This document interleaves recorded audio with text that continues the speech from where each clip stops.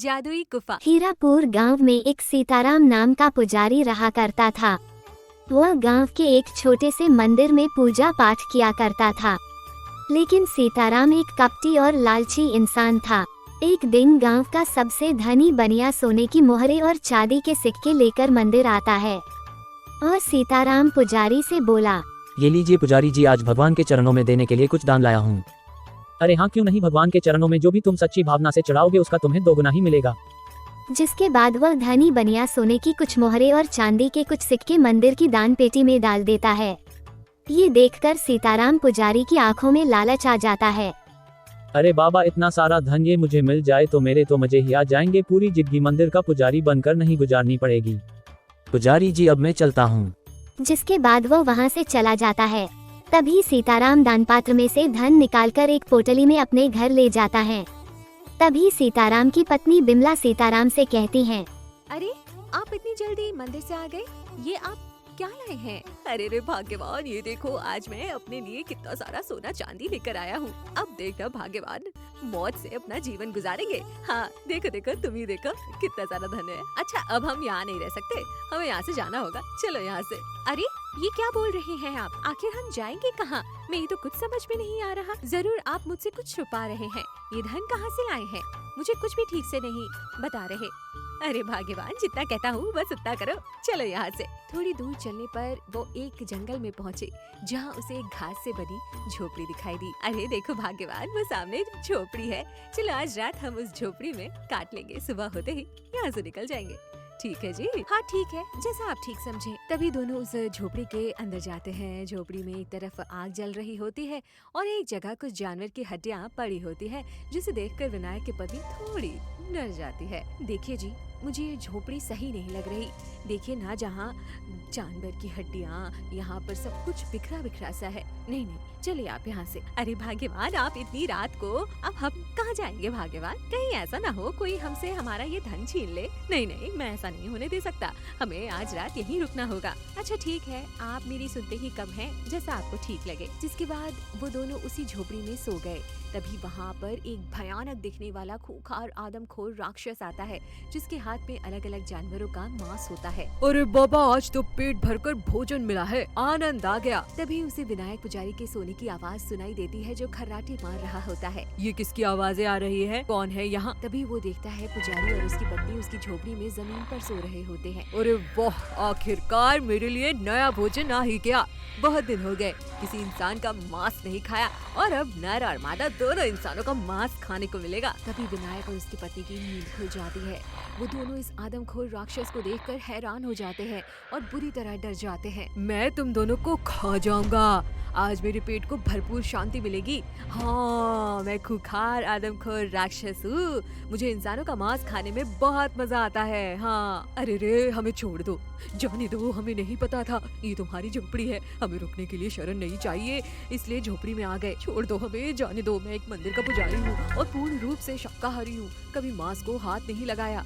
ऐसे में तुम्हें हमें खाने में बिल्कुल मजा नहीं आएगा। छोड़ दो हमें, जाने दो। क्या कहा? तुम शाकाहारी हो? तुम दोनों को खाकर मुझे स्वाद आएगा ना मजा आएगा, इसलिए मैं तुम दोनों को नहीं खाऊंगा। लेकिन तुम्हें इसके बदले में मेरे लिए जंगल से जानवरों का मांस लाना होगा। जाओ और जाकर मेरे लिए मांस लेकर आओ, मेरी भूख को शांत करो। जाओ, वरना मैं तुम्हें खा जाऊंगा। हाँ हाँ, क्यों नहीं, हम दोनों अभी जंगल जाते हैं और तुम्हारे लिए किसी जानवर का मांस लेकर आते हैं। नहीं, तुम दोनों नहीं जाओगे, सिर्फ तुम जाओगे। अगर तुम वापस मेरे लिए मांस लेकर नहीं आए तो तुम्हारी ये पत्नी मेरे पास यही मेरी झोपड़ी में रहेगी।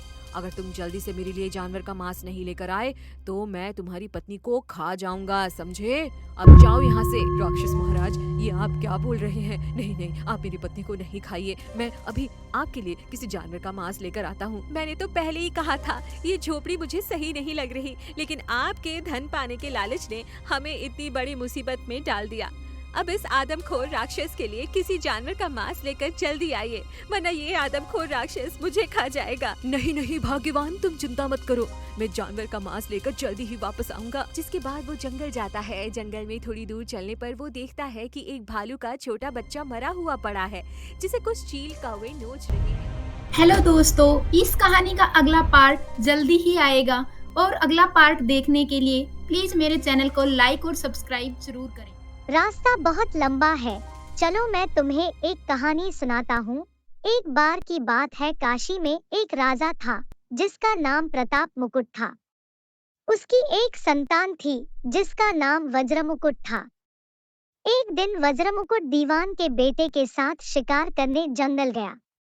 काफी घूमने के बाद उन दोनों को एक तालाब दिखा जिसमें कमल खिले थे और हंस उड़ रहे थे। दोनों दोस्तों ने वहां रुककर तालाब के पानी से हाथ मुंह धोया और पास ही बने महादेव के मंदिर में दर्शन करने चले गए। फिर जब दोनों दोस्त दर्शन करके मंदिर से बाहर निकले तो उन्होंने देखा कि तालाब में एक राजकुमारी अपनी सहेलियों के साथ स्नान करने आई है। राजकुमारी को देखकर राजकुमार काफी खुश हुआ। राजकुमार और राजकुमारी दोनों एक दूसरे को देखकर मोहित हो गए, जबकि दीवान का बेटा वहीं नीचे बैठकर आराम करने लगा। राजकुमार को देखकर राजकुमारी ने एक कमल का फूल निकाला, कान से लगाया, दांतों से कुतरा, पैरों के नीचे दबाया और फिर अपने छाती से लगाकर अपनी सहेलियों के साथ चली गई। उसके जाने के बाद राजकुमार काफी दुखी हुआ और अपने मित्र से बोला, मैं राजकुमारी के बिना नहीं रह सकता हूँ, लेकिन मुझे इस राजकुमारी के बारे में कुछ भी नहीं पता है। वह कहाँ रहती है और उसका नाम क्या है, कुछ भी नहीं पता। राजकुमार, आप घबराइए मत, राजकुमारी ने सब कुछ बताया है। वो कैसे? राजकुमारी ने कमल के फूल को बालों से निकालकर कानों से लगाया, यानी राजकुमारी का कहना है कि वह कर्नाटक से है। दांत से फूल को कुतरा, मतलब उनके पिता का नाम दंतावट है। फूल को पाँव से दबाने का मतलब था कि राजकुमारी का नाम पद्मावती है, और फूल को सीने से लगाने का मतलब था कि अब आप उनके हृदय में बस चुके हैं। यह सब सुनते ही राजकुमार बहुत ज्यादा खुश हो गया। खुश होते हुए राजकुमार ने दीवान के बेटे से कहा, मुझे कर्नाटक जाना है, मुझे वहाँ ले चलो। दोनों दोस्त कई दिनों तक घूमते फिरते कर्नाटक पहुँचे। जब वो दोनों राजमहल के निकट पहुँचे तो उन्हें एक चरखा चलाती बुजुर्ग महिला दिखी। महिला को देखते ही दोनों घोड़े से उतरे और उसके पास जाकर कहा, माई, हम दोनों व्यापारी हैं, हम बहुत दूर से आए हैं। हमारा सामान अभी तक आया नहीं है, कुछ दिनों में हमारा सामान भी पहुंच जाएगा। हम दोनों को बस रहने के लिए थोड़ी सी जगह चाहिए। उनकी बातें सुनकर बुजुर्ग महिला की ममता जाग उठी। उसने कहा, बेटा, इसे अपना ही घर समझो, जब तक मन करे यहाँ रह सकते हो। इसके बाद दोनों उसके घर में रहने लगे। इसी बीच दीवान के बेटे ने उस महिला से पूछा, आप क्या काम करती हैं माई? आपके यहाँ कौन कौन रहता है? आप कैसे अपना गुजर बसर करती हैं? मेरा एक पुत्र है जो राजा के यहाँ नौकरी करता है। मैं राजा की पुत्री पद्मावती की दासी थी। बूढ़ी हो गई हूँ, इसलिए घर में ही रहती हूँ। महाराज खाने को दे देते हैं और पूरे दिन में एक बार राजकुमारी से मिलने चली जाती हूँ। इतना सुनते ही राजकुमार ने बूढ़ी औरत को कुछ धन दिया और राजकुमारी तक संदेशा पहुंचाने को कहा। राजकुमार ने उस बूढ़ी महिला को कहा, माई, कल तुम जब राजकुमारी के पास जाओ तो उनसे कहना कि जेठ सुदी पंचमी को तुम्हें नदी के पास जो राजकुमार मिला था वो तुम्हारे राज्य में आ गया है।